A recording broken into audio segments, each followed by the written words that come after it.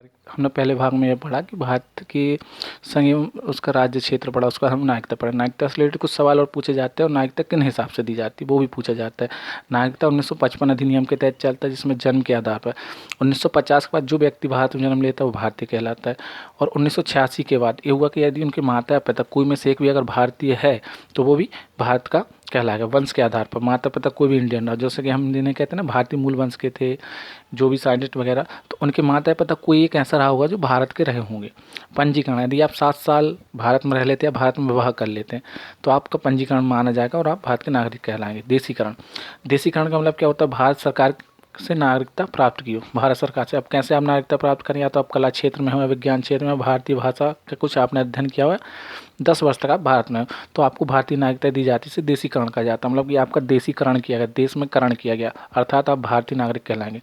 अर्जित भूमि, अर्जित भूमि मतलब यदि मान लीजिए कोई देश अगर हमसे सम्मिलित हो, जैसे सिक्किम, सिक्किम जब भारत में सम्मिलित हुआ तो सिक्किम के लोगों को क्या कहा गया? भारतीय। यदि मान लीजिए आज वर्तमान में पाकिस्तान भारत में शामिल हो जाता है तो वो पाकिस्तान का उनकी नागरिकता खत्म हो जाएगी और वो भारत की नागरिकता कहलाएगी और वो पूरा राज्य भारतीय राज्य में सम्मिलित हो जाएगा।